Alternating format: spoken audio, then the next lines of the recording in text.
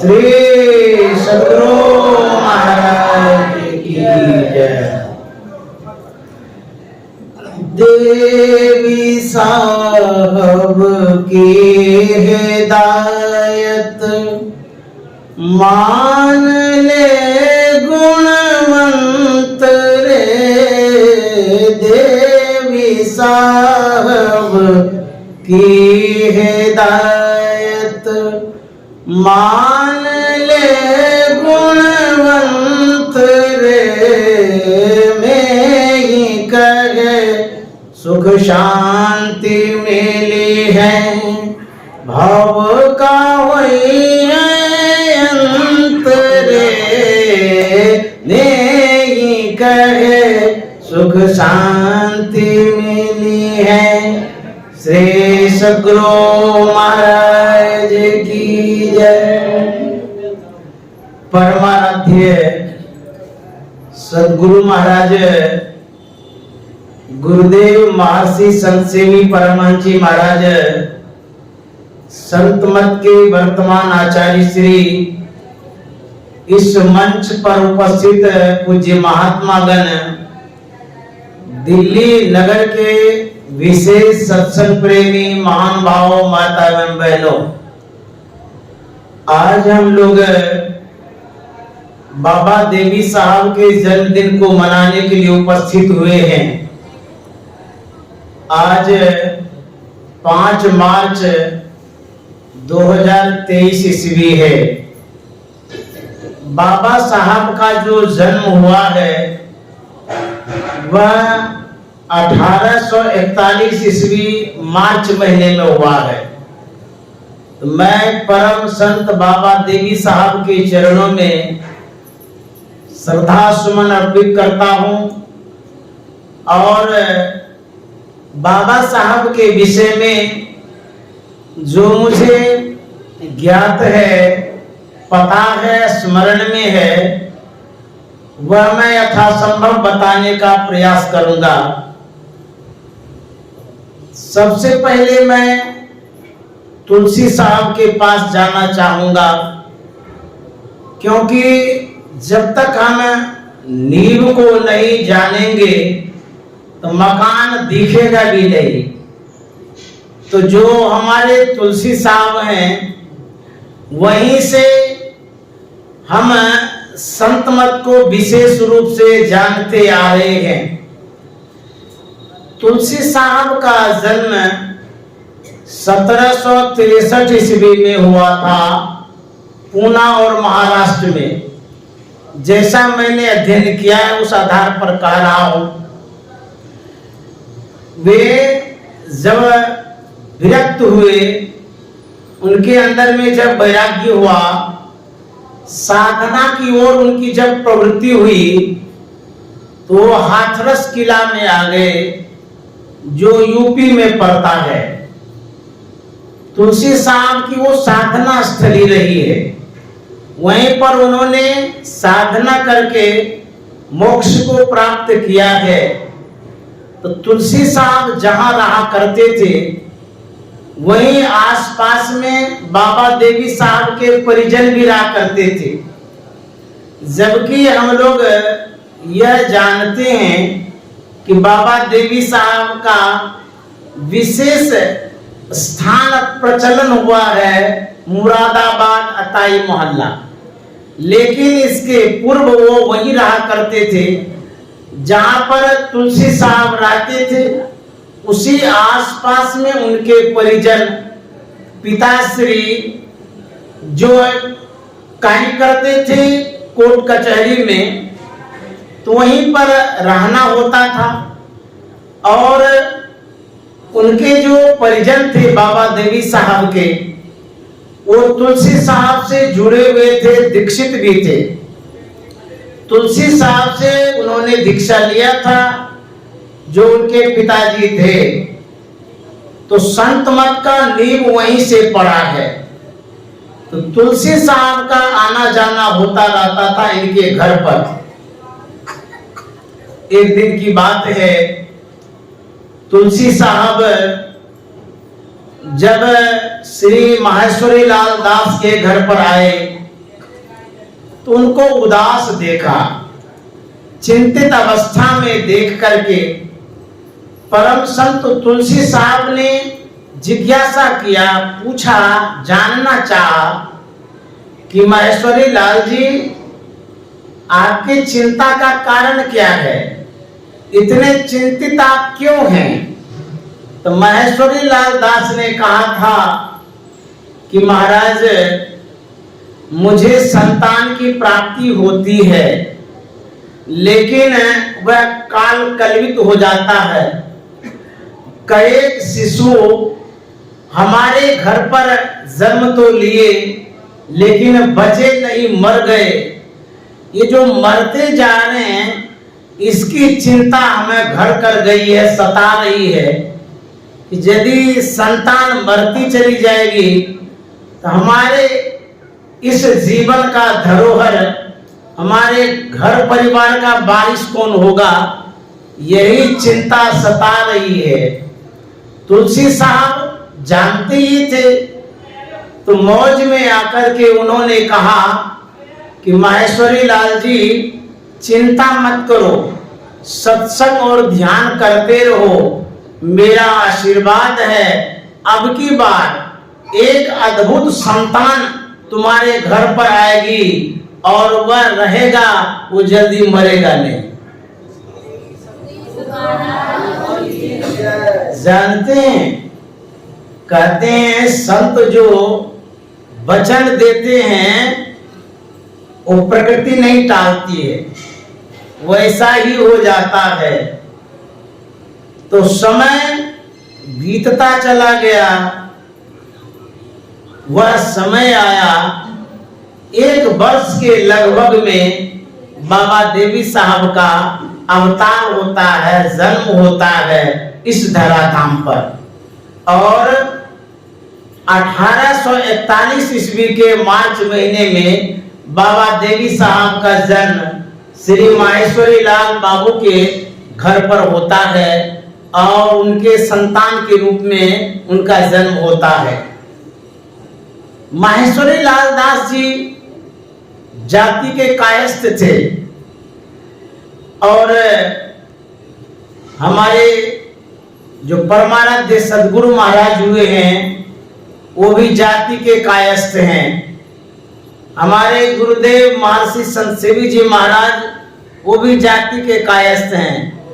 तो हम लोग सौभाग्यशाली हैं, इन कुल को मैं प्रणाम करता हूँ जिन कुल ने ऐसे महान पुरुषों को दिया और जगत कल्याण के लिए दिया है। तो हमारे बाबा देवी साहब का जन्म 1841 ईस्वी में हुआ और इनका परिनिर्वाण दिवस 19 जनवरी 1919 को हुआ है। लगभग बाबा देवी साहब 78 वर्षों तक इस धराधाम पर रहे और हमारे जो तुलसी साहब थे उनका जन्म 1763 में हुआ था और निर्वाण 1843 ईस्वी में हुआ था। लगभग 80 वर्ष तक हमारे तुलसी साहब इस धराधाम पर रहे। गुरु महाराज महर्षि में ही परमहंस जी महाराज का जन्म 1885 ईस्वी में वैशाख शुक्ल चतुर्दशी को हुआ था और निर्वाण 1986 ईस्वी में हुआ था। लगभग 101 वर्ष परमानंद सदगुरु महाराज इस धराधाम पर रहे। हमारे गुरुदेव महर्षि संत सेवी परमहंस जी महाराज का जन्म 20 दिसंबर 1920 ईस्वी को हुआ था और 2007 ईस्वी जून को निर्वाण हुआ था। लगभग हमारे गुरुदेव महर्षि संत सेवी जी महाराज 88 वर्षों तक इस धराधाम पर रहे। ऐसे थे हमारे महान पुरुष। अब मैं आगे बाबा साहब के पास चलता हूँ। बाबा देवी साहब का नामकरण होता है। हम आप बच्चों का नामकरण करते हैं, कोई पंडितों को बुला के करवाते हैं या कोई अपने से ही रख लेते हैं। या कोई विद्वान के द्वारा नामकरण करवाते हैं। नाम का प्रभाव होता है। तो बाबा देवी साहब का जो नाम है देवी प्रसाद रखा गया। पंडितों को बुला करके जन्म पत्री बनवाई गई। उसमें पंडितों ने दर्शाया, बताया कि यह जो बालक है बड़ा अद्भुत है। यह बालक संसार को जगाने के लिए आया है, संसार के सोए हुए लोगों को उठाने के लिए आया है। यह बड़ा प्रतापी बालक होगा जो बाबा देवी साहब थे। इस तरह से उनकी विलक्षणता को बताया गया। पश्चात जब वह विकसित हुआ, बढ़ा, पलने बढ़ने लगा, तो सच में उनके अंदर जो प्रखरता थी, जो विशेषता थी, वो नजर आने लगी। किस रूप में? जब बाबा देवी साहब 4 वर्ष के थे, उसके लक्षणों को देखा गया। वो शांत रहते थे और ध्यान की ओर उनकी प्रवृत्ति होती थी। ऐसा भी सुना जाता है, ऐसा भी मैंने पढ़ा है कि 6.5 साल के अंदर में ही वो जब छोटे थे, घर में बैठ करके वो ध्यान करते थे। कल्पना करिए, कितना छोटा बालक है और वो ध्यान की ओर बढ़ रहा है, ध्यान कर रहा है। आश्चर्य लगता है कि नहीं लगता है? कैसा संस्कार लेकर के वो आया है। वो ध्यान कर रहे थे। जब 6.5 साल हुआ तो एक सुयोग्य शिक्षक के जिम्मे उनको सुपुर्द किया जाता है, अर्थात उनको उसके जिम्मे शिक्षा के लिए दे दिया जाता है। पंडित जी, शिक्षक बाबा देवी साहब को वर्णमाला अक्षर ज्ञान देते हैं। जानते हैं, पंडित जी भले वो अक्षर ज्ञान देते थे, लेकिन बाबा देवी साहब तो स्वयं साक्षर थे। वो तो अवतारी पुरुष थे, उनको क्या सिखाएंगे? जो कुछ भी बताते थे पंडित जी, बाबा देवी साहब झट से जान जाते थे। और जो भी होमवर्क दिया जाता था वहीं पर तत्क्षण तुरंत वो पूरा कर देते थे और वहीं पर एकांत में बैठ करके चिंतन करने लगते थे। एक चिंतन की अवस्था में बैठे पाए जाते थे। जानते हैं, उस पंडितों ने जब देखा, पढ़ा, तो बाबा देवी साहब से पूछते हैं, अरे बाबू, तू चिंतन अवस्था में क्यों बैठा हुआ है? अभी तुम क्या सोच रहे हो?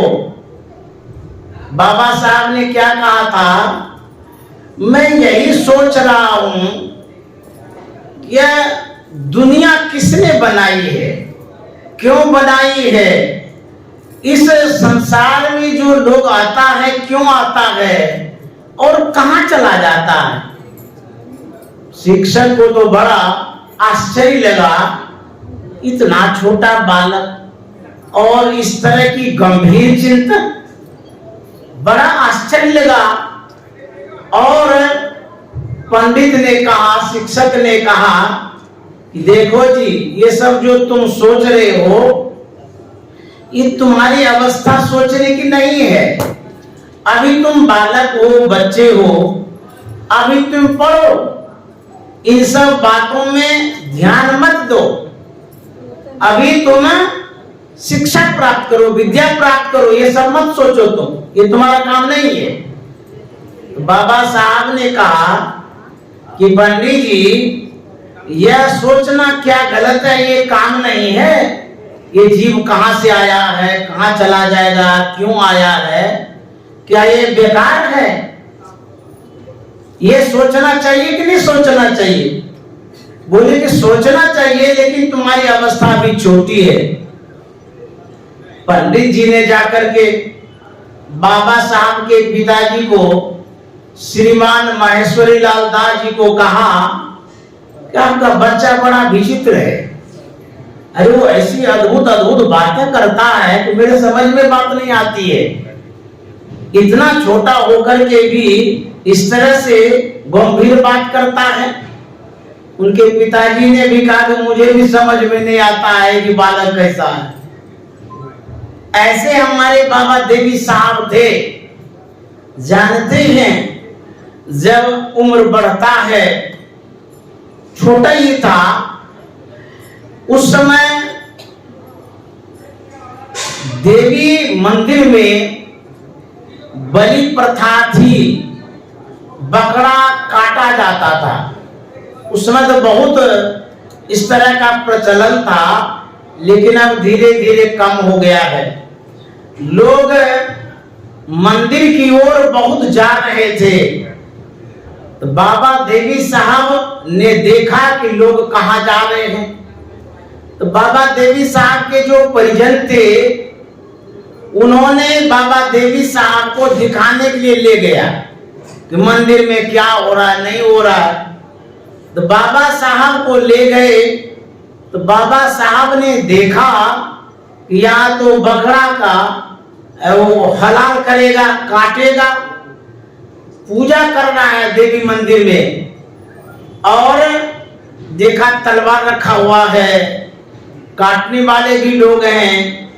यह देख करके कि हिंसा करेगा, बाबा साहब का हृदय बड़ा कोमल था, और जानते हैं वह देख करके वो मूर्छित हो गए, गिर पड़े, बेहोश हो गए। वहां के पुजारियों ने, लोगों ने देखा कि बच्चा बेहोश है, तो पानी का छींटा दिया गया, होश में लाया गया। जब बाबा साहब होश में आ गए तो पूछने लगे कि आप लोग ये क्या कर रहे हैं। लोगों ने कहा कि बच्चा बीमार हो गया था, उसी की कबूलती है, गछा गया था कि देवी को पाठा देंगे, उसी की पूजा हो रही है, बलि दिया जाएगा। तो बाबा देवी साहब ने जो सुना, कहते हैं अरे कोई भी देवी मां किसी बच्चे का बलि स्वीकार करेगी क्या? उसका हृदय ऐसा है? एक तो पाप के कारण रोग होता है, बीमारी होती है, और दूसरा हिंसा करके तुम लोग जो पाप कर रहे हो, इससे देवी माँ कैसे खुश होगी? तुम लोगों को ऐसा नहीं करना चाहिए था। लोगों ने कहा इतने छोटे बच्चे को यहाँ नहीं लाना चाहिए, इसका उम्र अभी कच्चा है, और इसको लाए इसीलिए इस तरह क्या बोल रहा है, और इस तरह से ये बेहोश भी हो गए। तो बाबा देवी साहब ने कहा कि आप लोग जो बड़े हैं, आप लोगों का हृदय क्या पत्थर का है जो हिंसा करते हैं?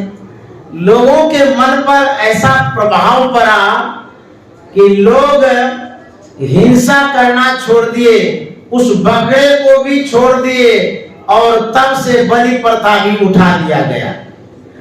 इस तरह से हमारे बाबा देवी साहब हिंसा के प्रति जागरूक थे, हिंसा नहीं होनी चाहिए। एक बार की बात है, बाबा देवी साहब को उनके परिवार वाले ले गए दयानंद सरस्वती के पास। वहीं हाथरस में वो आए थे प्रचार प्रसार करने के लिए। हम आप जानते हैं कि दयानंद सरस्वती आर्य समाज के प्रवर्तक हैं। तो बाबा देवी साहब अपनी जन्म पत्री भी ले लिए थे, जो पंडितों ने बनाया था। तो लेकर के गए, दयानंद सरस्वती के हाथ में थमा दिया। तो बोले कि ये क्या किया? बोले कि महाराज ये जन्म पत्री है, और मेरी माँ ने बताया है कि आप भविष्य बताते हैं, जन्म पत्री देख करके बताइए हमारा भविष्य कैसा है। तो दयानंद सरस्वती ने कहा कि तुम किसको मांगते हो? तो बाबा देवी साहब देखिए छोटे हैं, विशेष उम्र नहीं है, क्या कहते हैं, मैं परमेश्वर को मानता हूं। दयानंद सरस्वती ने पुनः पूछा, वह परमेश्वर कहाँ रहता है, कैसा है? बाबा देवी साहब कहते हैं वह परमेश्वर सब जगह रहता है, वह परमेश्वर सूक्ष्म है। आर्य समाज के प्रवर्तक थे, ज्ञानी थे और वेद के ज्ञाता थे। वो बात को पकड़ते जा रहे थे कि बालक तो बड़ा छोटा है लेकिन बात पते ही करता है। तो दयानंद सरस्वती ने कहा, अच्छा तुम देवालय में पूजा करने के लिए जाते हो? बाबा देवी साहब ने कहा कि किस देवालय में? यह मनुष्य का शरीर ही तो देवालय है और इस शरीर के अंदर में ही परम परमात्मा की आवाज होती है, घंटी बजती है। वह परमात्मा हमारे अंदर में भी है और उस परमात्मा को बाहर कहां ढूंढने के लिए जाएंगे? आप किस देवालय की बात करते हैं? उपनिषद में भी लिखा हुआ है, बिंदु नाग महालिंगम शिव शक्ति निकेतनम देहं शिवालयं प्रोक्तम सिद्धिदं सर्वदेही नाम। यह जो देह है शिवालय है, ठाकुरबाड़ी है, विष्णु का मंदिर है। ऐसा जो दयानंद सरस्वती ने सुना, जो जन्म पत्री उनके हाथ में थी, बाबा देवी साहब को देते हुए कहता है कि बालक तुम ये जन्म पत्री घर ले जाओ, तुमको कोई काल कुछ नहीं कर सकता है, तुम्हारा सब जन्म पत्री ठीक है। बाबा देवी साहब ऐसे अद्भुत बालक हुए हैं और बालपन से ही वो साधना करते थे। वो बाल योगी थे, बड़े मेधावी थे। जानते हैं जब कुछ बड़े हुए तो परिवार वाले चाहने लगे कि इनका विवाह कर दें, पारिवारिक बंधन में डाल दें, लेकिन बाबा साहब को मंजूर नहीं था, स्वीकार नहीं किए और वो आजीवन बाल ब्रह्मचारी रहे। तो हमारे बाबा साहब बाल ब्रह्मचारी रहे हैं और विवाहित रहे हैं और वो 78 वर्षों तक संत मत की सेवा करते रहे। उनका एक से एक चमत्कार है, कुछ तो गुरु महाराज भी बताया करते थे और बहुत लोग इस बात को जानते होंगे, वो चमत्कार करते थे। बाबा देवी साहब एक बार सत्संग करने के लिए गए थे छपरा। छपरा में एक थे तहबल दास जी, वो हरिजन थे, मेहतर का काम करते थे। तो जहां सत्संग करने के लिए गए थे वहां पर पंडित लोग थे, वो भी सत्संग सुन रहे थे। इनके मन में हीन भावना थी कि मैं छोटे जाति का हूं, मैं ऐसे महापुरुषों के करीब कैसे जा सकता हूं। और उस समय छुआछूत की भावना भी बहुत थी, लोग घृणा के दृष्टि से देखा करते थे। बाबा साहब ने देखा कि कोई व्यक्ति दूर से ही सत्संग सुन रहा है। संत हृदय नवनीत समाना, कहा कभी न पे कहीं न जाना। संत का हृदय तो बड़ा कोमल होता है, वो तो संतावान होते हैं। उन्होंने कहा कि वो जो आदमी खड़ा है उसे बोल दीजिए कि वो मेरे करीब आ जाएंगे सत्संग सुनने के लिए। वहीं पर बैठे एक पंडित जी ने कहा कि हुजूर वो तो मेहतर है, हरिजन जाति का है। तो बाबा साहब ने कहा तो क्या हुआ, मेहतर है तो क्या हो गया, सत्संग तो भी सुन सकता है। लेकिन किसी ने आने के लिए नहीं कहा। जानते हैं कैसे संत होते हैं, वो बतला रहे हैं। बाबा साहब मंच से उठे और तहबल दास के करीब गए, उनके हाथ को पकड़ लिए और बड़े प्यार से सम्मान के साथ अपने पास ला करके बिठाए और सत्संग सुनाए। जाति न पूछो साध की, पूछ लीजिए ज्ञान, मोड़ करो तलवार की, परा रहन दो म्यान।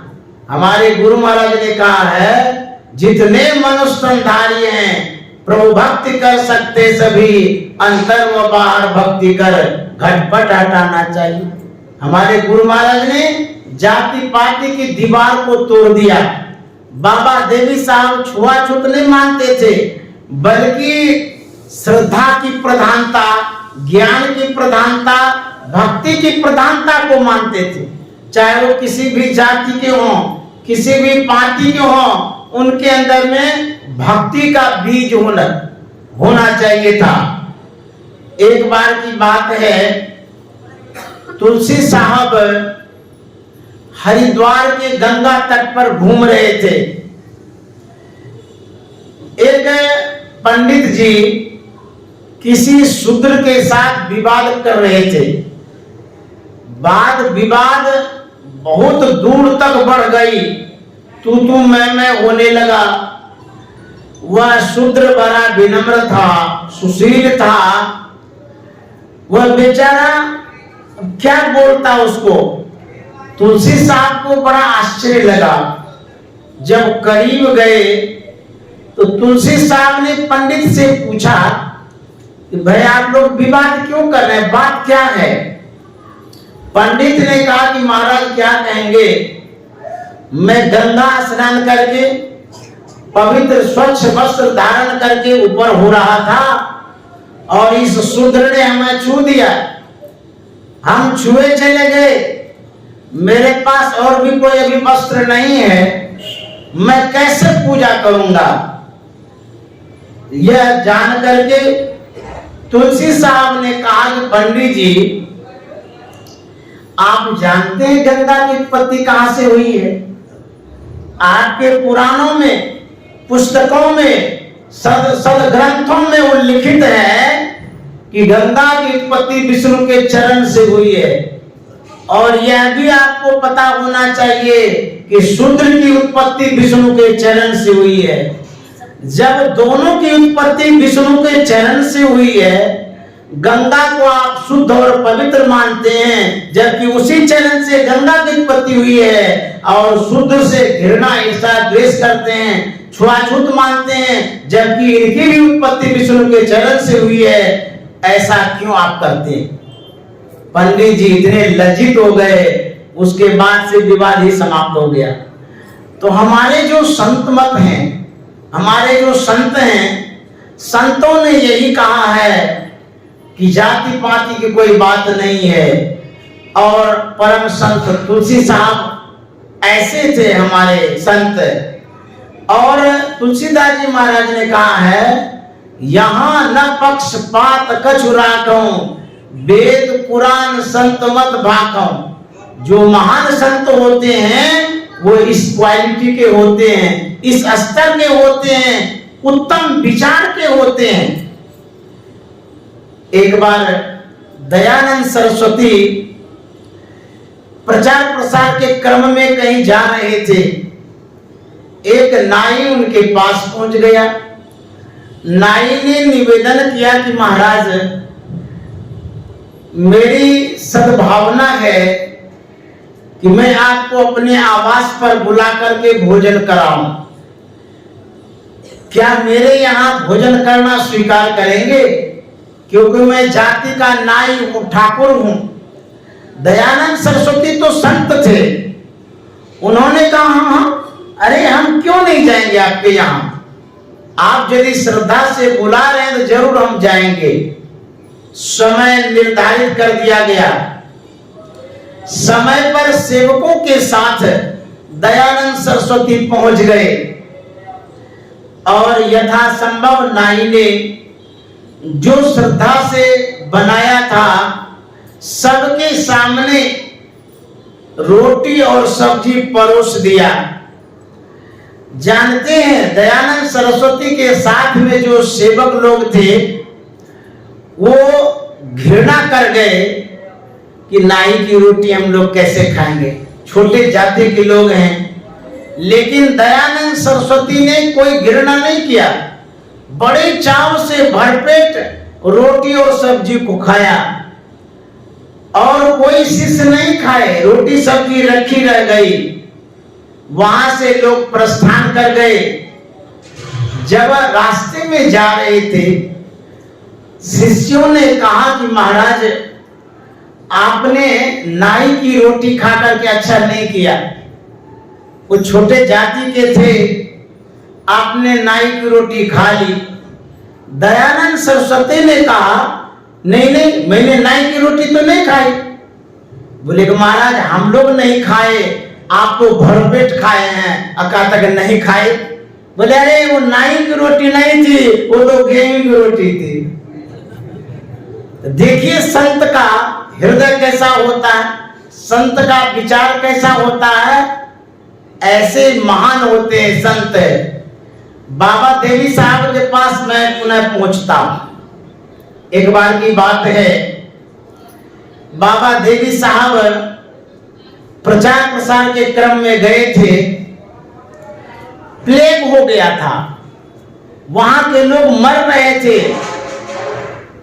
और एक व्यक्ति बड़े आर्त भाव से बाबा साहब के चरणों में उपस्थित हुए और पुकार करने लगे, निवेदन करने लगे, कहने लगे कि महाराज मेरा एक बेटा है, प्लेग हो गया है, मर जाएगा, अनाथ हो जाऊंगा, बेसहारा हो जाऊंगा, इसलिए कृपा कर दीजिए महाराज। बाबा देवी साहब दयावश कृपावश कहता अच्छा ठीक है, जो लड़का खा सकता है जो चीज वही एक मुट्ठी ला करके दो हमको। तो वह आदमी जाता है, धान का लावा लाता, धान का लावा एक मुट्ठी बाबा साहब के हाथ में देता। बाबा साहब आंख बंद कर लेते हैं, उस लावा को अभिमंत्रित कर देते हैं, फूंक देते हैं, बोले कि जाओ बेटे को खिला देना। वह श्रद्धा और विश्वास के साथ लावा लेकर के जाता है, अपने बेटे को खिलाता है और जैसे वह लावा उसके शरीर में भीजता है, प्लेग की बीमारी ही छूट जाती है।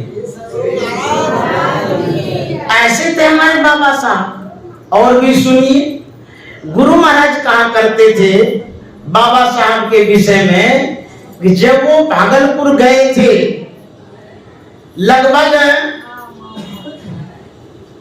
1914 ईस्वी की बात है, जब वहां गए थे उस समय प्लेग हो गया था। मायागंज में भी लोग घर छोड़ करके बगीचे में चले गए थे, सब के सब घर खाली कर दिए थे। यहाँ तक कि जो राजेंद्र प्रसाद सिंह जी थे वो भी घर खाली कर दिए थे। तो जब बाबा साहब वहां गए तो देखे कि सोना सपाटा है, कोई है नहीं। तो पता लगाया कि बात क्या है, तो बाबा साहब को पता चला कि यहाँ प्लेग की बीमारी हो गई है, इसीलिए सब घर छोड़ करके चले गए हैं। तो बाबा साहब ने राजेंद्र बाबू को बुलवाया। राजेंद्र बाबू को बुलाकर कहा कि राजेंद्र जी, अरे तुम लोग घर छोड़ करके क्यों चले गए? बोले कि महाराज प्लेग की बीमारी हो गई है, सब घर छोड़ करके भाग गए, मैं भी भाग गया। तो बाबा साहब ने कहा था क्या देवी मर गया, जो सब घर छोड़ करके भाग गया है, सब यहाँ जाओ, किसी को प्लेग की बीमारी से कुछ नहीं होगी।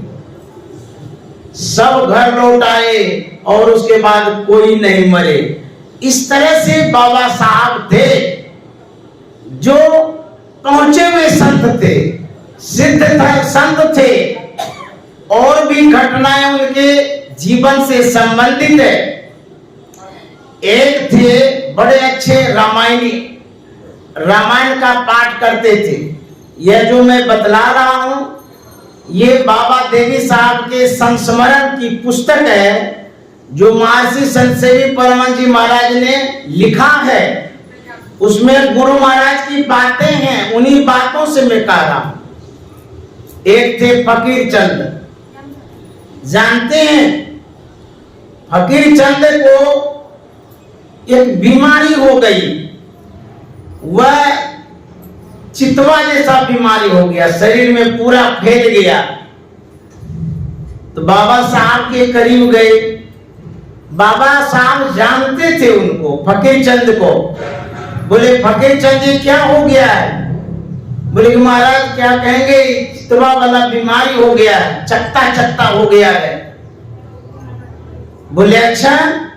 तो बाबा साहब क्या करते हैं, अपने मंत्र से, सिद्धि के द्वारा, शक्ति के द्वारा उनके शरीर को फूंक देते हैं। जैसे ही फूंके वो बेहोश हो गए। बेहोश 2 घंटे तक रहे। उसके बाद जैसे उनकी नींद खुलती है, वो जो बीमारी थी सब गायब हो गई, हो जाती है। ये संस्मरण में बातें लिखी हुई है जो मैं कह रहा हूं। इस तरह से हमारे बाबा साहब थे, बड़े चमत्कारी पुरुष थे। एक बात मैंने किसी अन्य ग्रंथों में पढ़ा, वह भी बात बता देता हूं क्योंकि बाबा साहब के चमत्कार की बात है। जब बाबा साहब मुरादाबाद में थे तो रविवार का सत्संग था। तो बाबा साहब का जो आश्रम है वो स्मशान घाट के पास है। अब तो स्मशान घाट नहीं है, पहले की बात है। एक मुर्दा लेकर के आया, लाश को लेकर के आया और वहां पर दाह संस्कार करने लगा। पास में ही तो थे। लोगों ने कहा कि हुजूर एक लाश लाया है, दाह संस्कार करने जा रहा है, यदि आग लगा देगा तो धुआं उठ जाएगा, हम लोगों को सत्संग करने में दिक्कत हो जाएगी। तो बाबा साहब ने कहा कि जाकर के मना कर दो, बोल देना कि थोड़ी देर में जला लेंगे, अभी सत्संग हो रहा है। कोई व्यक्ति गए वहां पर, बोले कि अभी रुक जाइए, अभी सत्संग हो रहा है, अब बाद में जला दीजिएगा।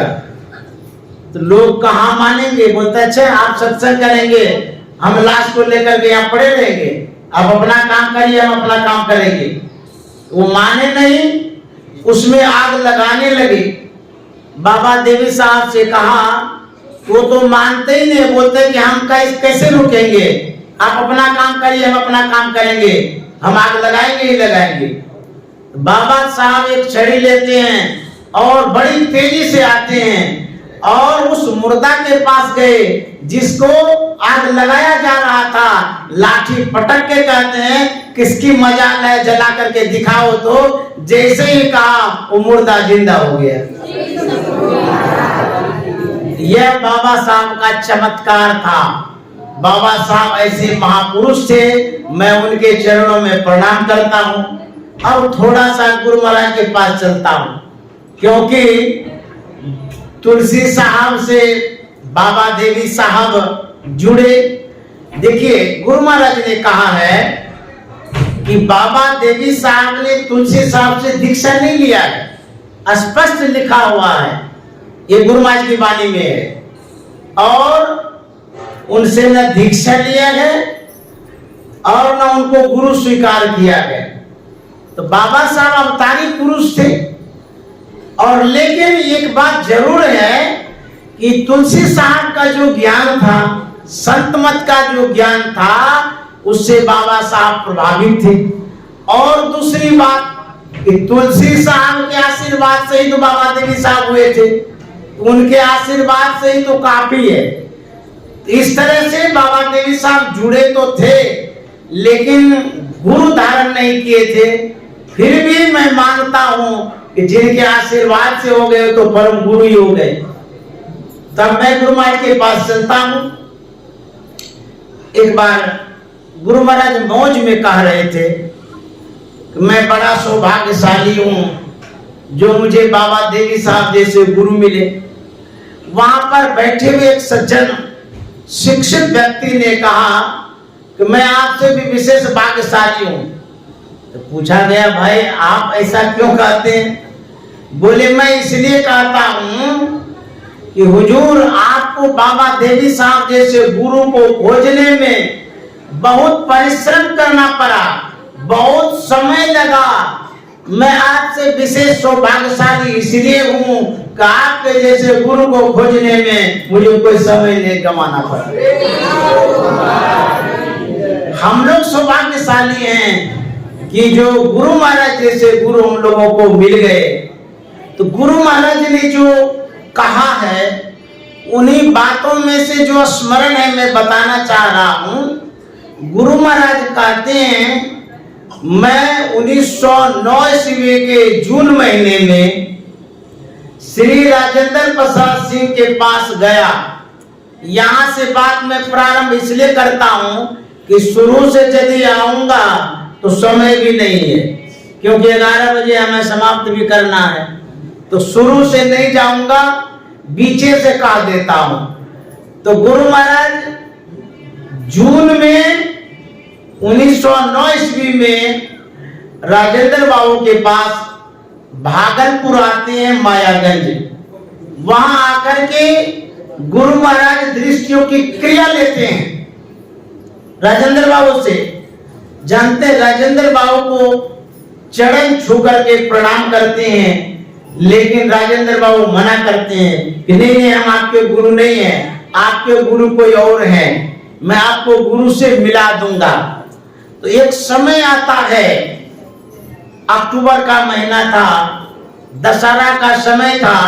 बाबा देवी साहब भागलपुर पहुंचे, मायागंज। गुरु महाराज को सूचना दी गई, खबर दिया गया। तो गुरु महाराज आ गए मायागंज। वहां पर बाबा देवी साहब से मिलन होता है, भेंट होती है, और बाबा देवी साहब के चरणों में गुरु महाराज अपने आप को समर्पित कर देते हैं। तो जो अक्टूबर महीना था 1909 ईस्वी का, वह प्रथम मिलन था बाबा देवी साहब का। और इसके बाद बाबा देवी साहब से मिलते चले गए, बार बार मुरादाबाद आते थे, सत्संग में जाते थे, सेवा भी करते थे।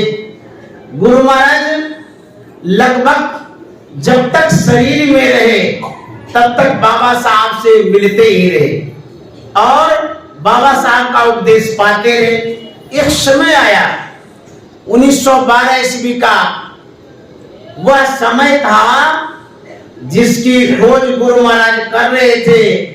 वह नादानुसंधान की क्रिया मिलती है। 1912 ईस्वी में वही भागलपुर में बाबा देवी साहब ने कृपा करके गुरु महाराज को नादानुसंधान की क्रिया देते हैं और यह भी कहते हैं कि लाला लाला इसलिए कहते थे, यह बाबा देवी साहब का प्यारा नाम था, दुलारा नाम था और बड़ा ही स्नेह से कहा करते थे। तो कहते हैं कि लाला, मैंने नादानुसंधान की क्रिया बतला दिया है, इसे अभी नहीं करना, बाद में करना, पहले तुम दृष्टियोग करना। बाबा साहब कहते हैं, मैंने दृष्टियोग की क्रिया 32 वर्षों तक किया। अब बुझिए, कंटिन्यू, लगातार, और तुम कम से कम 10 साल तक करना। यहां पर ध्यान दीजिएगा बात पर। बाबा साहब जो समय निर्धारित कर दिए, जानते हैं उसी समय में बाबा साहब शरीर भी छोड़ दिए। 12 ईस्वी की बात है और बाबा साहब 19 में चले गए।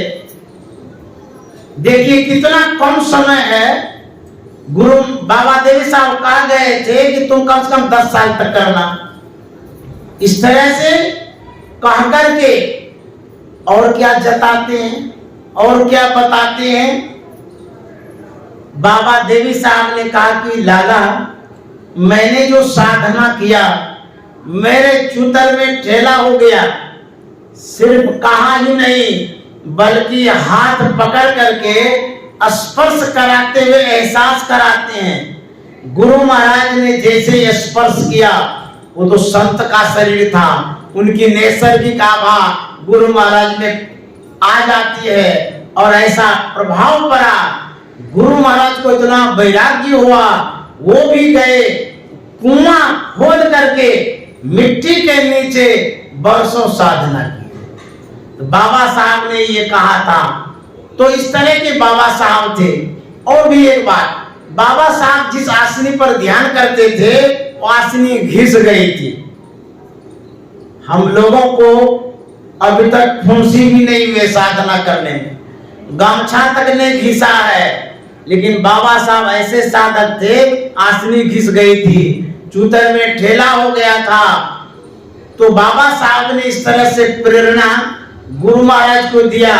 तो गुरु महाराज ने भी कुप्पा घाट के गहन गुफा में जाकर के 1933 ईस्वी से लेकर के 1934 ईस्वी लगभग 18 महीनों तक इतनी साधना किए, उनको मोक्ष की प्राप्ति हो गई। ऐसे थे हमारे परमाराध्य सदगुरु महाराज। इनकी कहानी तो बहुत है। मैं थोड़ा सा गुरुदेव महर्षि संत सेवी परमहंस जी महाराज के पास ले जाना चाहूंगा, क्योंकि उन्होंने भी जो सेवा किया है, साधना किया है और संत मत को दिया है, हम आपको जो दिया है उसके प्रति भी कृतज्ञता व्यक्त करना जरूरी है।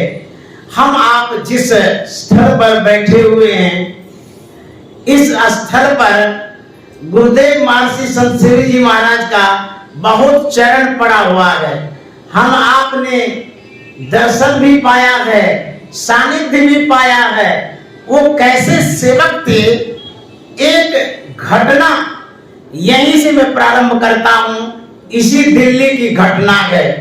गुरुदेव यहीं पर आए हुए थे, इसी आश्रम में स्वास्थ्य लाभ के लिए।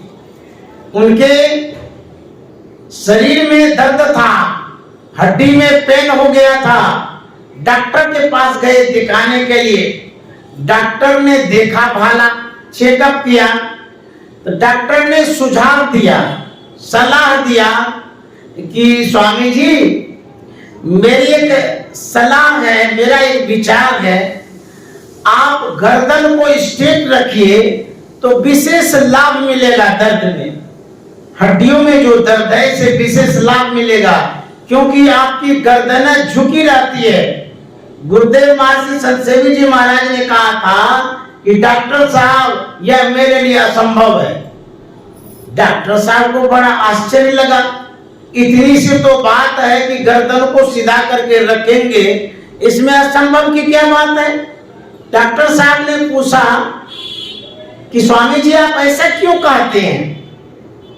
गुरुदेव ने क्या कहा था कि डॉक्टर साहब क्या कहेंगे, जब जब मैं गुरु महाराज की सेवा में उपस्थित होता था, मेरी नजरें चरण पर होती थी, चेहरे पर नहीं। क्या कहेंगे, सेवा में जितने दिनों तक मैं रहा, मेरी नजर चरणों पर ही रही, चेहरे पर नहीं रही। मेरी आदत सी ऐसी बन गई है, दर्द छूटे या न छूटे, अब गर्दन उठने वाली नहीं है। ऐसे सेवक थे गुरुदेव महर्षि संत सेवी जी महाराज। उन्होंने अद्भुत सेवा की है, संत मत की सेवा की है। एक बार महर्षि संत सेवी जी महाराज लिपिबद्ध कर रहे थे, परमाराध्य सदगुरु महाराज के प्रवचनों को लिख रहे थे। परमाराध्य सदगुरु महाराज धारा प्रवाह प्रवचन करते जा रहे थे। जानते हैं, पास में बैठे एक सज्जन ने गुरुदेव महर्षि संत सेवी जी महाराज से कहा था कि महाराज, क्या आप लिखते रहते हैं? गुरु महाराज अमृत की वर्षा कर रहे हैं और आप लिखते रहते हैं। अरे ध्यान से सुनिए कि क्या कह रहे हैं, ये क्या आप करते रहते हैं लिखने का काम। उस पर गुरुदेव ने कहा था कि आप लोग सुनते हैं, आप लोगों को याद रहता होगा, मुझे याद नहीं रहता है, इसीलिए मैं लिखता हूं, अब बाद में इसको पढ़ूंगा। उनकी स्मरण शक्ति इतनी तीव्र थी, इतना तेज था। परमानंद सदगुरु महाराज ने कहा था कि संत सेवी जी मेरे मस्तिष्क हैं।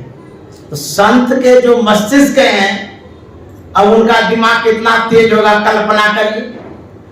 ऐसे हमारे गुरुदेव थे और उन्होंने कृपा करके 1950 ईस्वी से परमानंद के प्रवचनों को शांति संदेश में दिया, अपने प्रवचनों को भी दिया। साहित्य में उनका बहुत बड़ा योगदान है। 1939 ईस्वी की बात है, गुरुदेव महर्षि संत सेवी जी महाराज कल खुदिया गए। मार्च का ही महीना था, यही महीना। वहां गए, वहां मास ध्यान हो रहा था।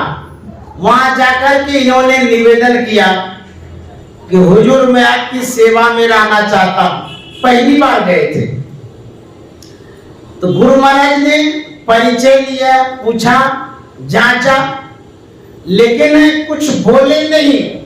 अब देखिए ये कितने मेधावी थे, किसने कुशाग्र थे, इनमें कितनी अद्भुत क्षमता थी, वही बता रहे हैं। जानते हैं टहलने का समय हो गया था, गुरु महाराज टहलने के लिए निकले। एक विद्वान सज्जन वो भी साथ साथ टहलने निकले और गुरुदेव महर्षि संत सेवी जी महाराज पहली बार गुरु महाराज से मिले हैं। कितना उम्र था? 19 वर्ष। 1939 में 19 वर्ष के लगभग थे। इतना किशोरावस्था में है। अब देखिए इनके अंदर में हिम्मत कितनी है। तो जो विद्वान टहल रहे थे, वह विद्वान परमानंद सदगुरु महाराज से कह रहे थे, कुछ चर्चाएं कर रहे थे। क्या कह रहे थे? वे कह रहे थे जो वर्णमाला है उसे हम लिपिबद्ध कर सकते हैं, जो ध्वन्यात्मक शब्द है उसे हम लिख नहीं सकते हैं, वर्णात्मक शब्द को लिख सकते हैं। इतना सुनते ही पहली बार महर्षि संत सेवी जी महाराज बोल बैठे परमानंद के सामने में। उतने बड़े विद्वान हैं, उनको क्या कहते हैं, कुछ ऐसा भी वर्णात्मक शब्द है जिसे हम बोल तो सकते हैं, लिख नहीं सकते हैं। वह विद्वान अचंभित हो गए, बोले करे ऐसा कौन सा शब्द है, वर्णात्मक है, उसे बोल सकते हैं और लिख नहीं सकते हैं। उसी समय तत्क्षण महर्षि संत सेवी जी महाराज ने कहा वो मैथिली का शब्द है, उसे कोई कोई बोलते हैं, लिख नहीं पाते हैं। वो विद्वान मने मन नतमस्तक हो गए। इतना छोटा बालक, इतना ज्ञान, वो जो प्रभुत्व प्रभाव गुरु महाराज ने देखा और सुना। गुरु महाराज तो बड़े प्रसन्न हो गए, गदगद हो गए। अब मुझे जिसकी तलाश थी, जिसकी खोज थी, जिस ज्ञान का उत्तराधिकारी बनाना था, वो बालक मेरे सामने आ गया। 1939 में पहली बार भेंट होती है। पहली बार में गुरु महाराज इतने प्रभावित हो गए उनके ज्ञान से।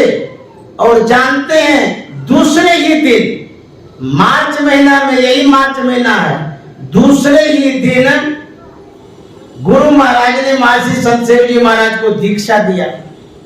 और क्या किए, गुरु महाराज ने पहली बार महर्षि संत सेवी जी महाराज को ग्रंथों का पाठ करने दिए। नया युवक 18 साल का, अच्छा दीक्षा लेते ही दूसरे दिन किसी को इतना बड़ा उत्तरदायित्व तो दे सकते हैं। इनको भरोसा था गुरु महाराज को, ये बालक अद्भुत है। बाबा साहब ने कहा था कि लाला तुम्हारा और मेरा जो ये मिलन है, ये पहली बार का नहीं है, पिछले जन्म से ही मिलन होते आ रहा है। उसी तरह से परमानंद सदगुरु महाराज का और महर्षि संत सेवी जी महाराज का जो मिलन है वो पहली बार का नहीं था, पहले से अवतारी पुरुष थे। और जानते हैं ग्रंथ पाठ जो दिए पढ़ने के लिए, इतना स्वर मीठा था, इतना शुद्ध शुद्ध पढ़ गए, गुरु महाराज ने महीनों भर रख लिया उनको और पाठ करवाते रहे। उसके बाद जब गुरु महाराज को जाना था तब गुरु महाराज ने कहा था कि आप अपने घर जाइए, अभी आप अपनी माँ की सेवा करिए, समय पर आपको बुला लेंगे सेवा के लिए। 1939 से ही सेवा में लग गए, क्योंकि महर्षि संत सेवी जी महाराज ने 39 में ही कहा दिया था मैं आपकी सेवा में रहना चाहता हूँ। और परमानंद सदगुरु महाराज ने 1939 में ही सदग्रंथ का पाठ करने के लिए सेवा में रखे।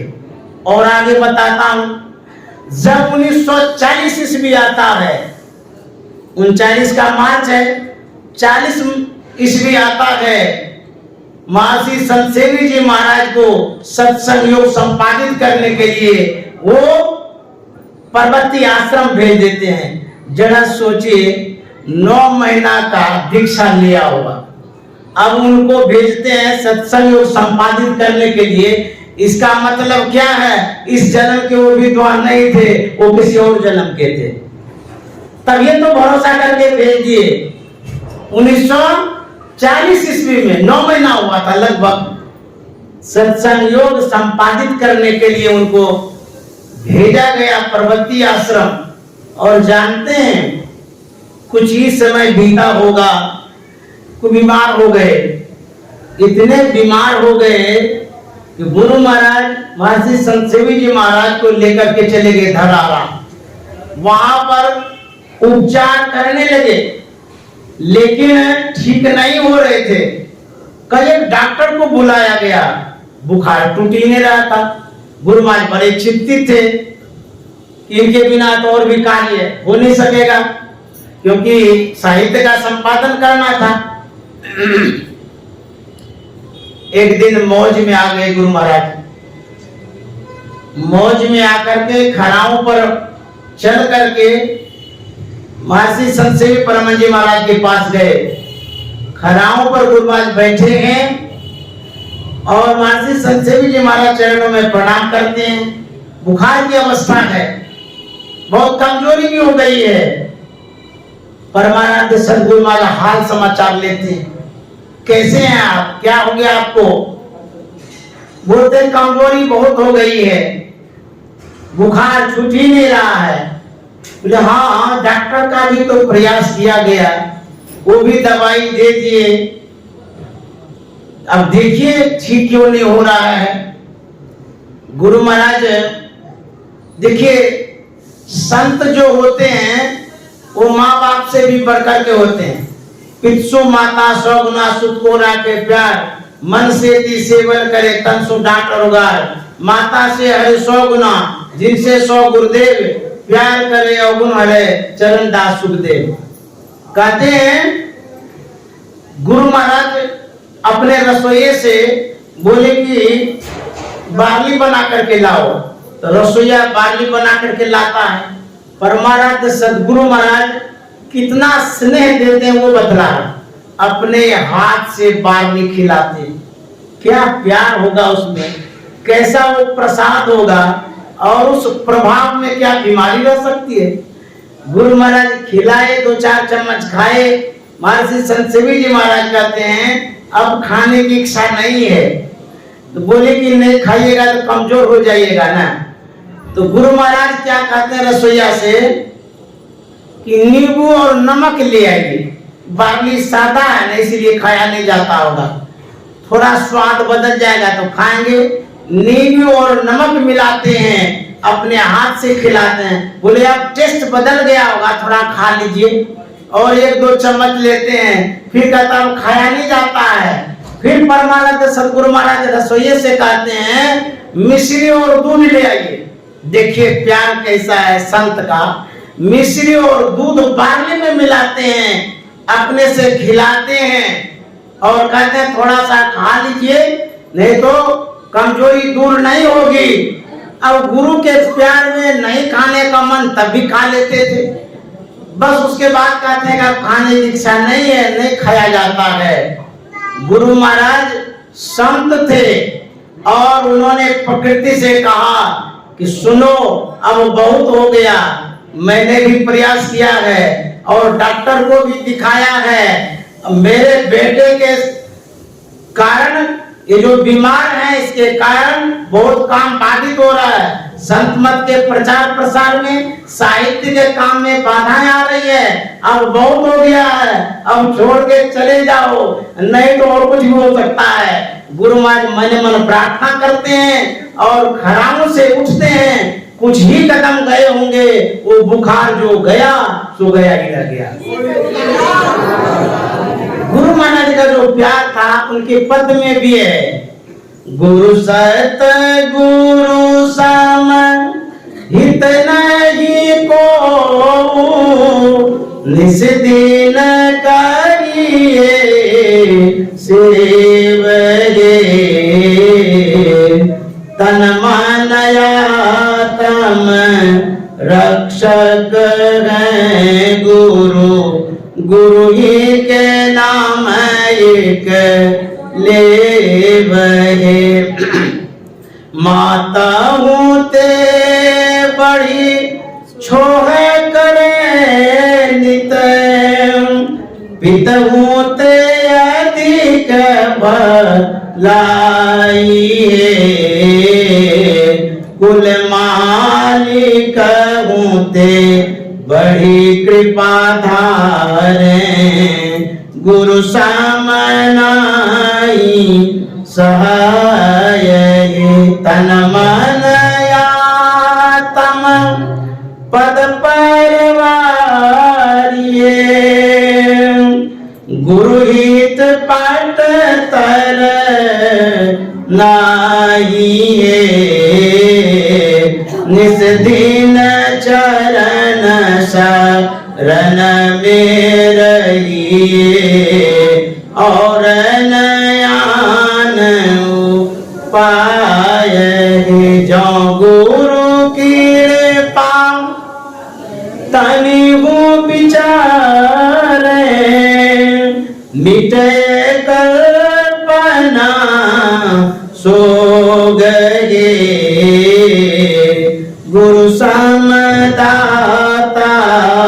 साहिब नहीं, गुरु गुरु जपिए लोग ये, गुरु तजी और न चित्त बसाइए, गुरु गुरु गुरु गुरु नित